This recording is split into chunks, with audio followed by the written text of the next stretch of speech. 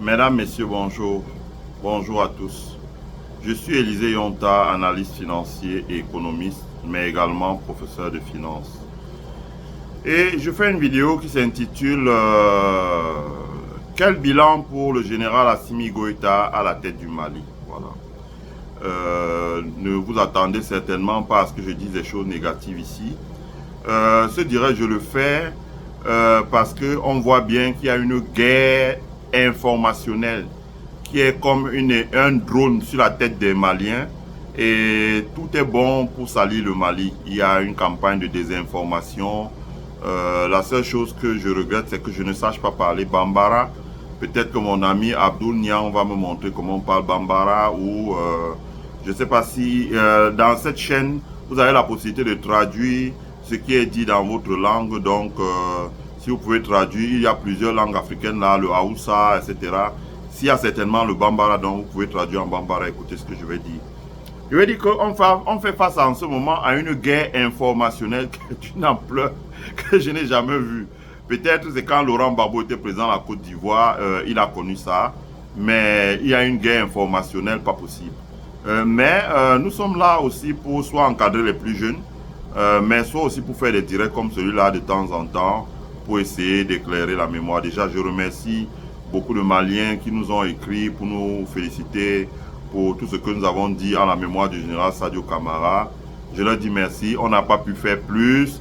On aurait pu faire une vidéo, mais 30 minutes c'était déjà assez. Aujourd'hui, il n'y a plus personne là sur la toile qui veut regarder une vidéo de plus de 30 minutes parce que les gens sont en Afrique et les mégas coûtent cher. Donc, on a essayé de faire une synthèse. Sinon, on aurait pu faire une vidéo de près de 2 heures pour expliquer beaucoup de choses, vous montrer beaucoup de choses. Les gens m'ont écrit par rapport aux prothèses. Oui, par rapport aux prothèses, je pense que si les autorités maliennes, mais les autorités maliennes savent à quelle porte taper pour les questions des prothèses, même burkinabé, même nigériennes. Mais si jamais ils ont besoin de plus d'informations, oui, je suis à la disposition. Vous me mettez à la place un email. Je suis prêt à vous donner les contacts de toutes les personnes qui fabriquent les prothèses et ils peuvent s'associer aux autorités locales. Il y a même des aides aux États-Unis pour pouvoir faire des prothèses pour les soldats qui ont sauté sur des mines et qui ont perdu une jambe. Bon. Maintenant, revenons à la question. Est-ce que le général Assimi Goïta n'a rien fait pour le Mali depuis qu'il est là? On a vu plein de vidéos, je ne vais pas les jouer ici, là. Où des gens disent, qu'est-ce qu'Assimi a fait depuis qu'il est arrivé au pouvoir? Bon, ok. Donc, on comprend aussi dans quel camp ces gens sont. D'abord, je vais aller vite. Il y a ce qu'on appelle le souverainisme économique. Je le dis souvent, moi j'ai travaillé avec Amadou Toumani Touré. Comment est-ce que je travaille avec Amadou Toumani Touré? Quand Moussa Traoré est renversé par Amadou Toumani Touré, il y a des enfants qui vont dans la rue et la garde de Moussa Traoré tire sur des enfants maliens. Donc, ces enfants sont gravement blessés et il n'y a pas d'hôpitaux au Mali pour évacuer ces enfants. Il faut le dire. Il n'y a pas d'hôpitaux au Mali pour évacuer ces enfants. Et ces enfants sont mis dans un avion, ils sont très nombreux, je ne vais pas donner le nombre. Ils sont évacués sur la France. Donc, c'est des enfants qui avaient entre 15 et 25 ans. Ils sont évacués en France. Et ils arrivent en France, il y a un centre de soins et de rééducation qui était, ceux qui connaissent la ville de Le Mans, qui était sur la route de Sillé, ce qu'on appelle la route de Sillé. Donc, quand vous sortez de Le Mans, là, la route de Sillé, ce centre-là était quelque part là, je me rappelle plus de tous les trucs, ça fait longtemps. Et donc, Amadou Toumani Touré, nous on apprend qu'il est au Mans, en lisant le journal, donc on court, on connaissait, d'ailleurs c'était un Burkinabé, Anatole Compaoré Zodo, qui était le point de, c'est-à-dire que quand on voulait avoir toutes les nouvelles dans la ville, là c'est chez lui qu'il fallait aller. Donc on va le voir, il dit oui, Amadou Toumani Touré est là, on se rapproche de la ville du Mans, on le trouve. Et on lui demande, mais ouais, tu sais, on t'a vu à la télévision, à Canal France International, il y avait eu le coup d'État. À l'époque, les médias, c'était pas comme aujourd'hui. Et ATT nous dit, ouais, mais sauf que je suis dans la merde, là, un peu. Bon, il n'a pas dit, je suis dans la merde, il dit, mais je suis dans les problèmes. Non, là, je suis dans les problèmes. Donc, quel problème, monsieur le président? Et qu'est-ce que nous, on peut faire? Donc, on est allé avec lui, je me rappelle, on était monté dans un Renault Espace, on est allé avec lui, là, et on a trouvé les enfants maliens, on a même mis les larmes aux yeux. Et c'est là qu'ATT nous dit qu'il n'y a jamais eu d'hôpitaux construits dans son pays. Imaginez pour moi, Camerounais, qui arrivait là, on avait déjà l'hôpital général de Douala, l'hôpital général de Yaoundé, l'hôpital général de Bafoussam en construction. On dit chez nous, il n'y a pas ça au Mali. Donc si on n'évacue pas ces enfants-là, ils vont mourir. Il était obligé de suivre les soins. Or, qu'est-ce que vous avez vu aujourd'hui? Assimi Goïta a fait des efforts de construction et de livraison de plusieurs hôpitaux avec un plateau technique supérieur déjà terminé. Je n'invente rien, je n'ai pas besoin de les citer tous. Sinon la vidéo va faire 1 heure, ce que je ne veux pas. Assimi Goïta a construit des hôpitaux au Mali. Que ce soit des hôpitaux militaires, que ce soit des hôpitaux destinés aux soins, aux civils. Deuxièmement, il a mis en place des projets sociaux pilotés directement par la présidence, qui est une forme de redistribution de l'argent, du lithium, de tout ce que vous voulez, etc., etc., etc. Il a mis en place ce projet de redistribution des œuvres sociales. C'est quelque chose que vous pouvez voir sur la page de la présidence de la République malienne. Les châteaux d'eau, les forages d'eau avec des pompes qui fonctionnent au solaire dans les villages, les réaménagements des écoles avec des briques de terre pour qu'il fasse moins chaud, les panneaux solaires. Tout ça est sur la page de présidence de la République du Mali. Vous fouillez là, vous allez voir. Vous allez sur Réel et vous regardez toutes les vidéos qui défilent là. Vous allez voir, il y en a plein en photo avec les textes, les villes. C'est pour ça que je ne vais pas citer. Mais si vous allez là, vous allez voir. On appelle ça en français des évidences. Voilà. Donc, Amadou Toumani Touré a fait ce travail-là. Pardon, Assimi Goïta a fait ce travail-là. Deuxièmement, il faut le dire, l'une des raisons de la pauvreté extrême au Mali, c'était quoi? C'était les contrats d'exploitation d'or, des contrats d'exploitation de lithium, des contrats d'exploitation d'autres minéraux au Mali, qui étaient des contrats qui ne rapportaient rien au Mali. Ça veut dire que d'abord, là où les Maliens, par exemple, auraient dû percevoir $600, ils en percevaient 3. Et dans les 3 qu'ils percevaient comme redevance, on leur prenait encore 50% de cet argent pour mettre au compte d'opération. Quand le général Assimi Goïta est venu, avec, c'est pour ça que moi j'ai pleuré Sadio Camara, parce que quand vous entendiez Sadio Camara, ça faisait trembler le sol. D'ailleurs, la fuite d'un audio entre un ancien premier ministre malien et un chef d'État africain, il avait dit le plus dur là, il disait au premier ministre malien hein, que le plus dur là, c'est pas Choguel, c'est Sadio Camara, c'est lui qui est le plus dur dans la bande. Là. Donc, vous comprenez, il y a une renégociation. Je prends un seul exemple, Barry Gold, je pourrais prendre plusieurs. Et j'ai 2 vidéos que j'ai préparées, je vais les faire, mais il faudrait que je fasse ça vraiment un jour quand on a férié, où je me lève vraiment le matin, je fais ça. Parce que ça va faire 1 heure chacune, ou peut-être 45 minutes fois 3 vidéos, pour que expliquer ça très bien. Le Mali pourrait faire mieux, mais ce qu'ils ont fait déjà très bien, où ils ont renégocié et obtenu des pays qui sont venus, n'ont pas payé les impôts, n'ont pratiquement pas payé des droits, ont pompé l'or, sont partis avec, qu'ils payent des pénalités de 700 milliards de francs CFA. Et maintenant, là où peut-être le gouvernement malien a encaissé 200 milliards, il va encaisser à peu près 800 milliards, voire plus, maintenant dans les contrats qui ont été renégociés, dans Barry Gold. Mieux, il s'est passé de la tutelle de pays qui a colonisé le Mali et a édicté un nouveau code minier malien. Je suis Camerounais, je peux dire que c'est quand le code malien est sorti que le code camerounais est sorti. Et même si le code camerounais n'est pas la moitié du code malien. Mais quand on regardait le code malien, je l'ai lu, hein, même en transversal, je n'ai pas tout lu. Mais quand on regardait le code malien, on voyait bien que c'est un code qui défend les intérêts du Mali. Vous venez au Mali pour investir, le gouvernement malien doit avoir minimum 35%. Minimum 35%, c'est parce qu'on appelle ça la minorité théorique de blocage. Ça veut dire qu'il peut bloquer les décisions. Et certainement, il a des droits de vote double sur les décisions stratégiques. C'est la même chose qui se fait en Europe. Assimi Goïta a eu le courage de négocier ça. On peut l'appeler la junte, mais au moins, il a eu le courage de négocier. La conséquence de la négociation, c'est que depuis qu'ils sont arrivés au pouvoir en 2020, ben, les gars, ils fonctionnent et ils n'ont toujours pas, comme on dit en anglais, bend the knee. Ça veut dire qu'ils ne sont pas allés se courber devant les bailleurs de fonds internationaux pour demander l'argent. Les bailleurs de fonds viennent, leur disent, bon, ok, on est prêt à travailler avec vous. Parce qu'eux-mêmes, ils voient les réformes qui ont été faites allant dans le sens de relancer l'économie malienne. Oui. Ça veut dire que la renégociation des contrats sur les minéraux maliens ont permis au gouvernement malien d'engranger un surplus de revenus qui font qu'ils arrivent à équilibrer leur budget sans trop souffrir et les sanctions qu'on leur promettait n'ont eu aucune conséquence sur leur pays. Aucune, mais vraiment aucune conséquence. Aucune conséquence sur leur pays.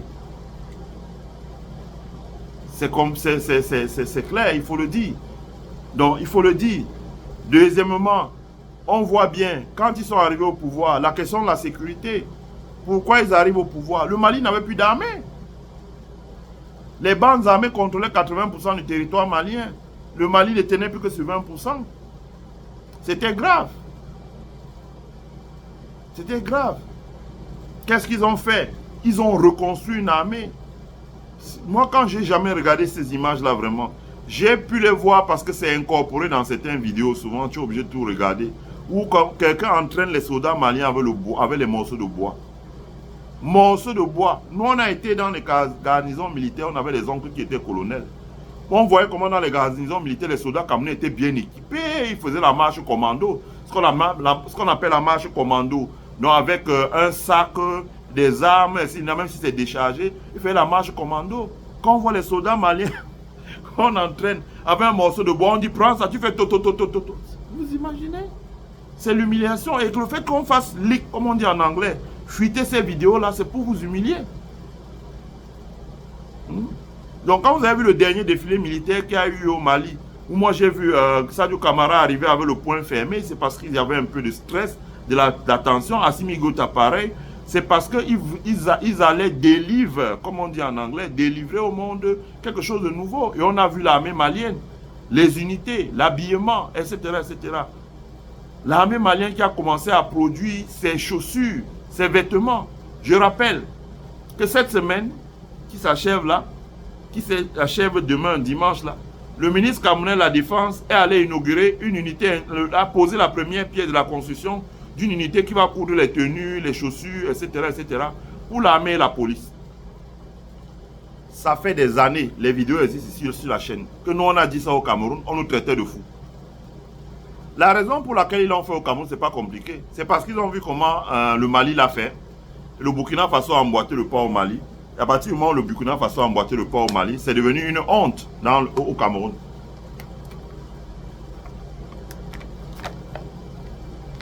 Les gens disaient même ça. Et les Maliens qui ont beaucoup de restaurants au Cameroun, n'arrêtez pas de chahuter les Camerounais. Mais vous bavardez seulement, c'est nous, Assimi Gota, il ne bavarde pas. Hein. Il a déjà construit les usines, tout ça là, on fabrique ça au Mali. Tout. Donc c'était un peu la honte. Donc Assimi l'a fait. Il faut le dire. Je veux dire que on n'est pas payé pour faire, il ne paye personne. Mais au moins, on ne peut pas accepter la campagne de désinformation qu'il y a là, qui tente à le diaboliser. Ce matin, j'écoutais même une vidéo d'un activiste ivoirien qui parle d'économie et lui, vraiment, il m'a dégoûté à la fin de la vidéo en vomissant vraiment la haine sur les dirigeants de l'AES. Je me suis demandé qu'est-ce que les gars t'ont fait pour que toi, tu puisses dire des choses méchantes comme ça sur eux. Donc, Assimi Gota l'a fait. Je me répète encore, la sécurité nationale, la défense, le meilleur équipement de leur armée, pour qu'il y ait moins de blessés, le plateau technique civil des hôpitaux civils et militaires qui n'existaient pas au Mali quand ces gars arrivaient aux affaires, la renégociation des contrats, l'émission d'un nouveau code minier, le redéploiement, le redesign, comme on dit en anglais, redesign, je ne sais pas comment on disait ça en français, redessiner une nouvelle carte administrative du Mali et redéployer, travailler avant la dernière crise qu'il y a eu là. Il travaillait déjà pour redéployer l'administration malienne. Moi, j'ai suivi un chef d'entreprise malien qui est le promoteur de Aslan Hotel donc au Mali, qui disait qu'il y a des gens qui sont nés dans le nord du Mali, ont grandi jusqu'à 58 ans, n'ont jamais vu un fonctionnaire de l'administration. Ils ne savent même pas ce que c'est. Alors, si le type n'a jamais vu un fonctionnaire, ça veut dire qu'il n'a pas de carte d'identité. Ça veut dire qu'il n'a pas de passeport. Ça veut dire qu'il n'a même probablement pas d'acte de naissance, etc., etc. C'est ce que ça veut dire en français facile. Donc, il faut redéployer l'administration. Ben, c'est quand même des démocrates qui étaient là. Pourquoi ils n'ont pas fait ça? Il faut redéployer l'administration. Ça, Assimi Gota a engagé ce chantier-là, qui est en train de pousser. Et je dirais que c'est parce qu'il a redéployé l'administration que vous voyez qu'ils ont pu maîtriser cette trouble en un mois. que je ne veux pas, il y a des choses que je ne veux pas dire. Il y a des choses que je ne veux pas dire là. La question de l'énergie.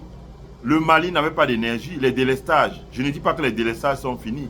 Mais vous avez vu qu'ils ont travaillé avec les Russes pour lancer les chantiers de construction de 400 et 400 MW de centrales crêtes et de rénover les infrastructures. Ils ont rénové l'électricité du Mali, EDM, etc., etc.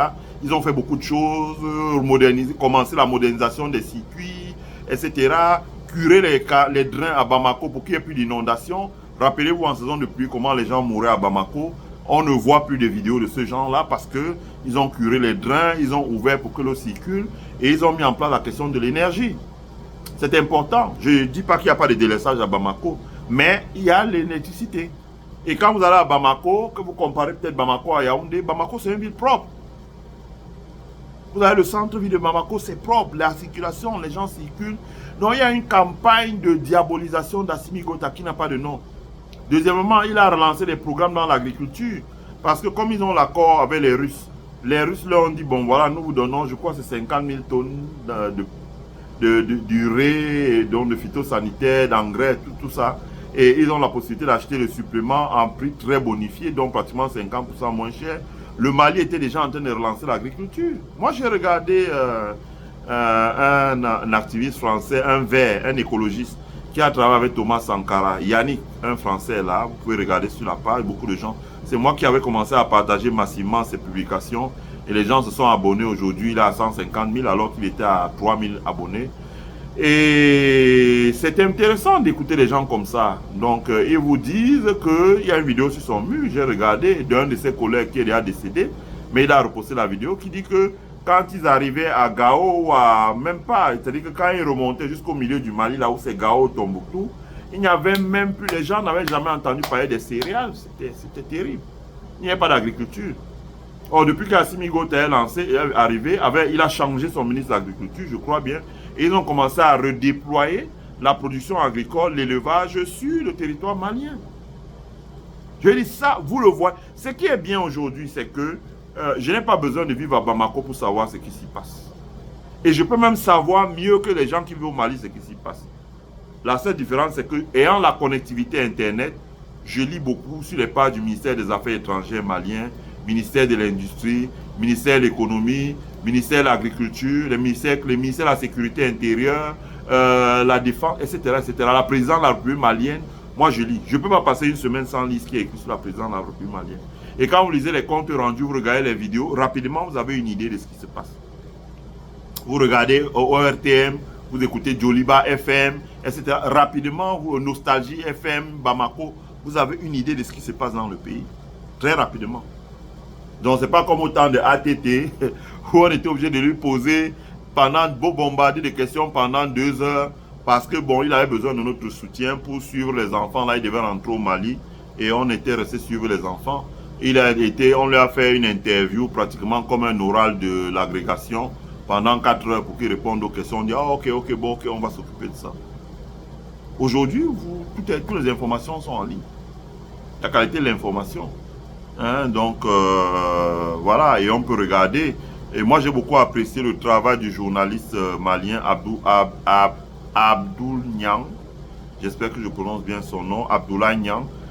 Qui a fait un formidable travail d'explication pédagogique, etc., de manière que les gens ont compris. Hein, donc, il faudrait même que je pense à lui envoyer $100 pour qu'il mette la connexion et puis qu'il nous délivre encore davantage de vidéos. C'est très important. C'est bien. J'espère qu'un matin, on fera une vidéo avec une interview avec lui sur notre chaîne. On a beaucoup de personnes abonnées pour qu'il explique davantage et que les gens comprennent. Donc, quand on regarde, on verra, je pourrais encore citer d'autres choses. La relance des industries, parce que avant de construire des nouvelles lignes industrielles, il faut déjà relancer ce qui existait déjà. Or, quand on voyait au Mali, Assimi Goïta a relancé les entreprises, les commerces, j'ai vu pas mal d'entreprises là, qu'il a essayé de relancer, de restructurer, des imprimeries qui faisaient des cahiers, etc., qui étaient mortes parce qu'il y avait la pollution qui venait de Chine. Ils ont essayé de mettre un arsenal juridique pour protéger les Maliens à l'intérieur. Par exemple, vous voyez ce que vous ne voyez pas, l'assemblage de machines, de motos. Au Cameroun, le gouvernement camerounais a retiré les avantages fiscaux qu'on avait de nos opérateurs camerounais et les a donnés aux Chinois. Donc le Camerounais produit, c'est désormais 50% plus cher que le Chinois. Tous les opérateurs camerounais sont morts et c'est les Chinois qui sont là. Et ils disent que vous les Bamileke, c'est ce que nous allons vous faire. Or, au Mali, qu'est-ce que vous avez vu? Le gouvernement malien a pris un ensemble de lois qui progressivement commence à protéger les populations locales. Donc, il y a beaucoup d'autres choses, beaucoup d'autres chantiers encore à venir. Hein.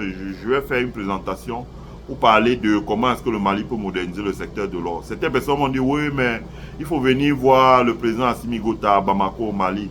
Mais oui, mais aujourd'hui, il y a des gens autour du président Assimi Goïta qui vont regarder les vidéos et qui vont lui faire un transcript. Aujourd'hui, là, il y a l'intelligence artificielle. Vous appuyez là quelque part sur YouTube, ça transcrit tout ce qu'on a dit là verbalement. Et ils font copier-coller et ils amendent un peu la note. Et puis, si ça fait une page ou deux, ils peuvent expliquer ça à leur chef d'État. Mais on va vraiment expliquer. Et aussi, d'autres personnes peuvent regarder ça dans d'autres pays pour s'en inspirer. C'est très important. Donc, globalement, si vous faites des efforts dans l'éducation, vous faites des efforts dans l'urbanisation et l'assainissement, vous faites des efforts dans la carte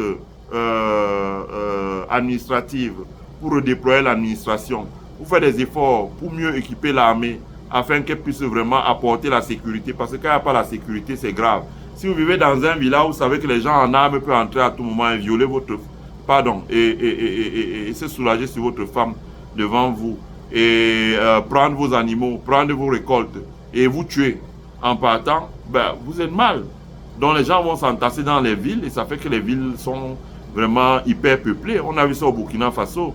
Quand les Ibrahim Traoré sont venus, on ramené la sécurité, on rétabli les routes, les ponts, etc. Et on commençait à réapprovisionner les villages. Les personnes sont rentrées dans leurs villages. Donc Assimi Goïta l'a fait au Mali. Les faits, c'est que l'armée malienne a pu faire aujourd'hui en 30 jours ce qu'elle a mis au préalable 10 ans pour et elle n'a pas pu faire. Et quand elle a fait venir les Russes, il lui a fallu 3 ans. Aujourd'hui, parce qu'elle est mieux équipée, elle a fait ça en un mois. Et je suis persuadé qu'ils vont se renforcer davantage, de manière que si une telle opération se reproduit encore, qu'ils le fassent en 2 semaines.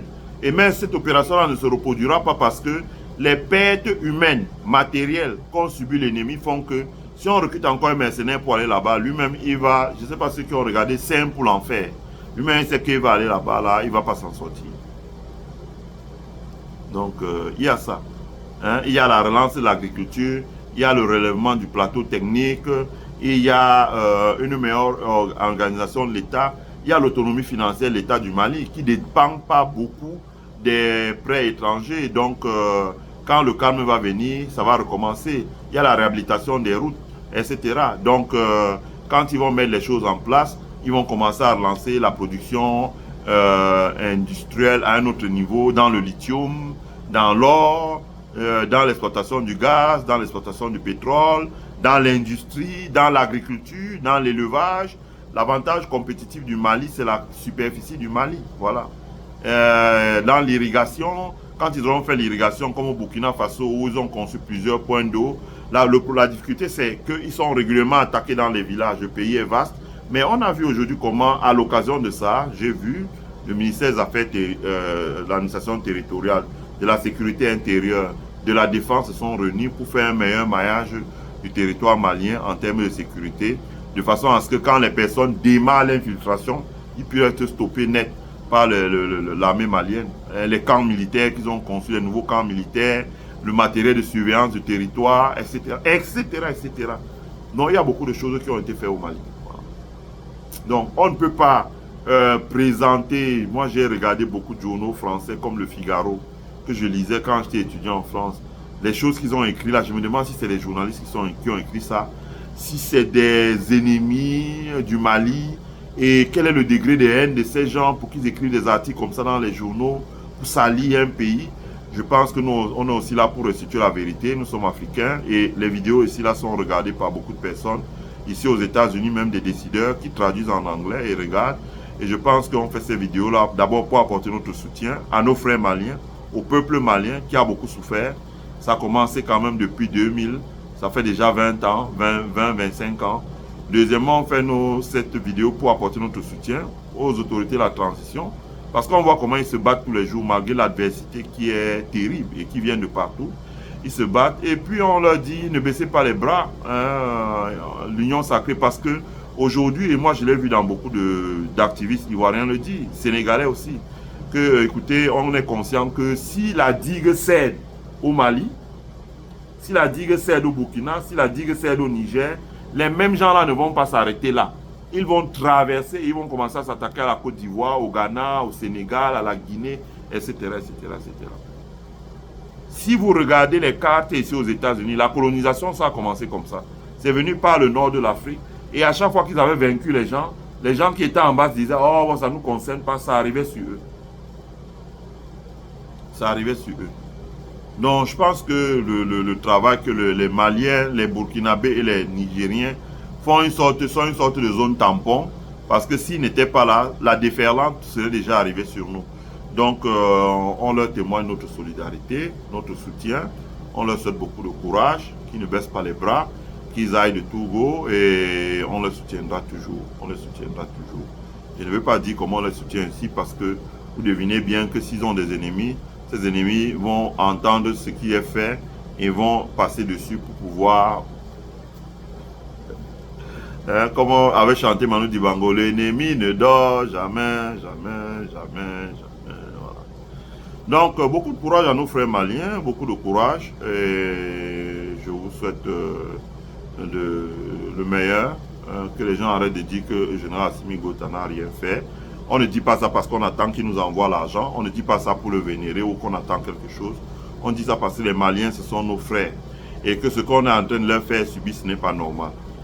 Dans un pays, on dit, oh non, la garde de Sadio Camara. Mais écoutez, les ministres américains, ici, là, quand ils se baladent dans un pays où tout le monde a une arme, généralement, ils ont un gilet pare-balles. Il y a peut-être 4 personnes autour d'eux. Il n'y a pas grand monde. Ce n'est pas des cortèges de 20 voitures, c'est des cortèges de 3-4 voitures.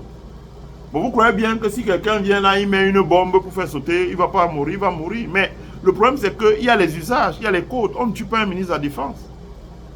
On ne tue pas un ministre de la Défense, comme ce qu'on a fait à Sadio Camara. On ne vient pas poser une bombe qui creuse un cratère de 10 mètres dans le sol pour tuer un ministre de la Défense. Et on a vu certains pays qui n'ont pas condamné, mais je ne sais pas où on sort. Beaucoup de courage à nos frères maliens, beaucoup de courage à vous. Si vous avez aimé la vidéo, mettez un like sur la vidéo parce que quand vous mettez un like, YouTube la recommande. Donc quand quelqu'un regarde une autre vidéo, YouTube l'envoie celle-ci pour qu'il regarde. Ça permet que l'information circule. Deuxièmement, partagez la vidéo sur vos murs, n'ayez pas peur. Partagez-la à partir de Facebook, Élisée Yonta. Partagez-la à partir de notre compte YouTube, Élisée Yonta, pour que les gens puissent la regarder. Mais aussi donner 1, 2 ou 3 $ pour soutenir le développement de notre chaîne parce qu'on a envie qu'elle aille plus loin. Elle grandit chaque jour, elle s'améliore davantage, elle fait beaucoup de progrès et on veut que les progrès aillent le plus loin possible. Voilà. Il y a encore énormément de choses à faire sur cette chaîne. On est déjà à plus de 1000 vidéos, mais je pense qu'on a l'ambition d'arriver à 2000 vidéos et on va y arriver. Il y a beaucoup de choses qu'on a à vous montrer. Énormément de choses. Il y a énormément de choses, l'économie en temps réel, il y a énormément de choses qu'on a envie de vous montrer. Voilà. Je vous souhaite de passer une agréable semaine. Prenez soin de vous et surtout laissez-nous votre feedback pour que nous puissions vous servir davantage. Bye.